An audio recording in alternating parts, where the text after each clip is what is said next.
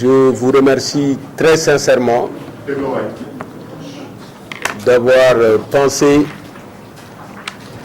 à venir nous voir pour signer cette pétition. Nous la signerons avec plaisir, nous la signerons par devoir et nous la signerons par conviction. Je ne m'attarderai pas sur les relations personnelles et amicales que j'ai avec Khalifa Ababacar Sall. Si malgré ces relations, j'avais la conviction qu'il ne mérite pas d'être défendu, je ne l'aurais pas défendu par principe. Nous avons, très jeunes, lui un peu avant, nous quelques années après, mené le combat politique. Lui dans le PS, un peu avant 1974, d'abord dans le mouvement pionnier, ensuite au PS, Feu Antoine Mendy en 1974 à la création du PDS et moi au RND en 1976. Donc ça ne date pas d'aujourd'hui. Nous avons eu tous les débats partout. On allait de maison en maison, on nous renvoyait parce qu'on faisait trop de bruit, on passait toute la nuit à débattre. Nous n'avons jamais été du même camp politique pendant cette période.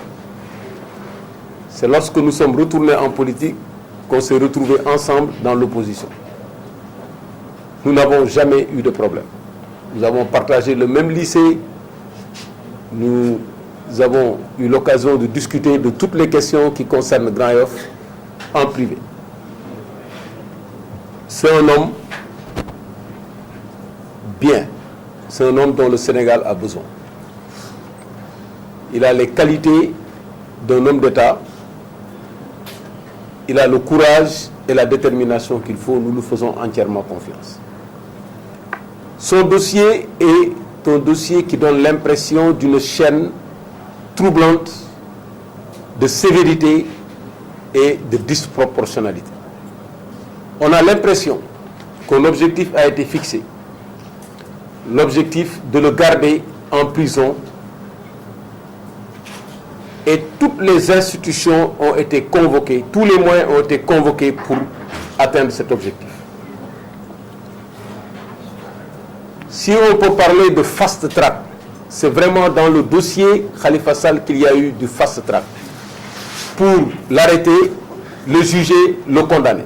Faire en sorte qu'avant les élections, cet argument puisse être soulevé pour l'écarter de la course. N'est-ce pas troublant cela? On a aussi, dans le dossier Khalifa Sall, ignoré totalement ses garanties de représentation en refusant de lui accorder quelque liberté provisoire que ce soit. Le prétexte qui a été invoqué, c'est qu'il s'agissait de détournement de deniers publics et que le détournement de deniers publics, en cas de détournement de deniers publics, le mandat de dépôt est obligatoire. Et sauf contestation sérieuse ou caution, vous ne pouvez pas sortir de prison. La contestation a été très sérieuse. Ils ne l'ont pas considérée comme telle. La caution, vous avez suivi la péripétie. Finalement, c'est le juge qui a tranché. Le juge a dit non, il n'y a pas de détournement de deniers publics. Donc le prétexte pour lequel on a gardé Khalifa en prison en lui refusant la liberté provisoire a été écarté par le juge lui-même. N'est-ce pas troublant? Ensuite, l'immunité parlementaire de Khalifa Sall a été bafouée, niée dans un premier temps, ensuite a été levée dans des conditions que vous savez. C'est troublant.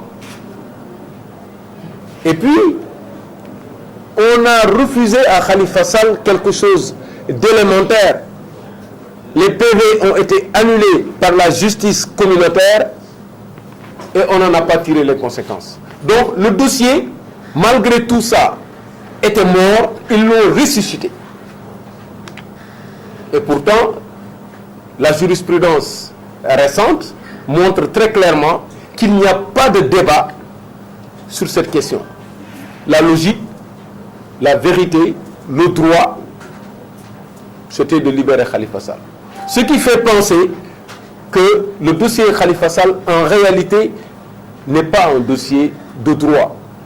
Il ne s'agit pas de problèmes judiciaires ou de problèmes juridictionnels ou de problèmes juridiques, parce que l'enveloppe politique est tellement dominante qu'on oublie les autres aspects de ce dossier.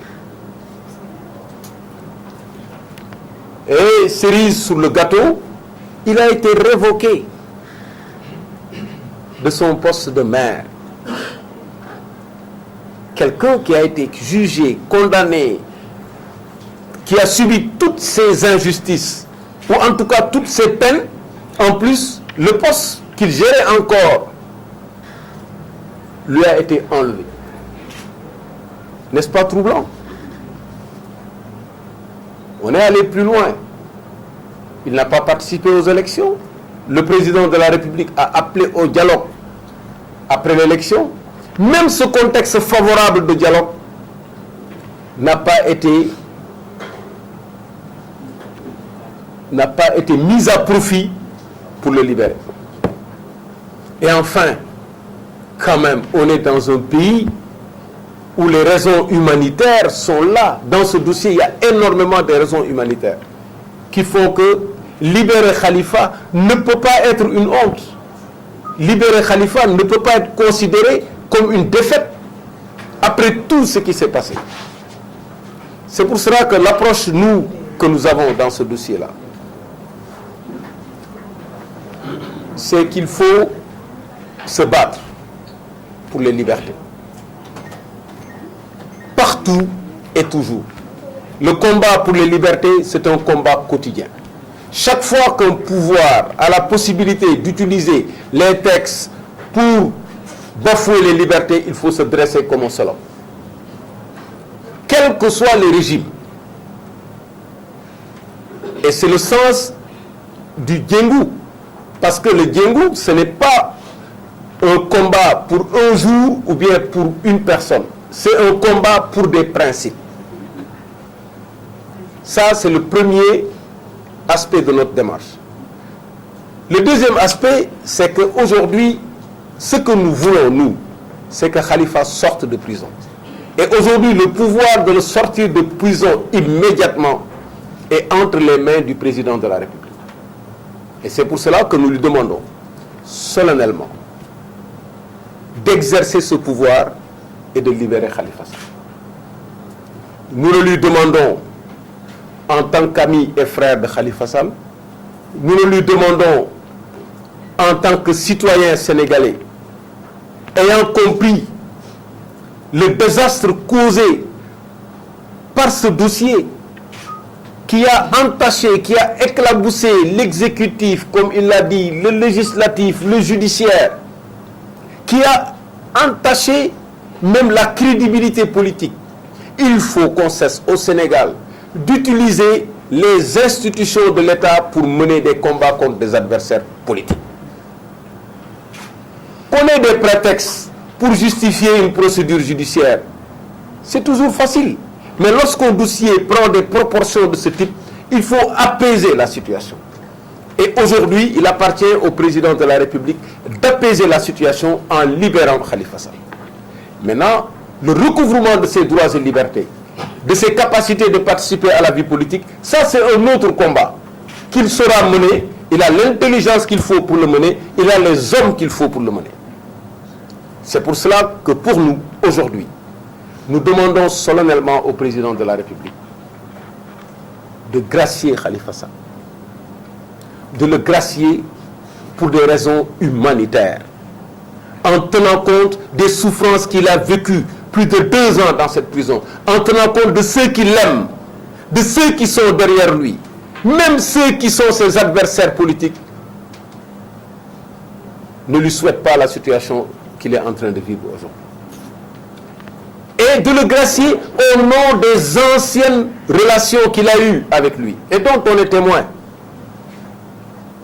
Ils ont eu même si c'est pour une période donnée, et je ne suis même pas sûr qu'au moment où je vous parle, il y ait une quelconque haine entre eux.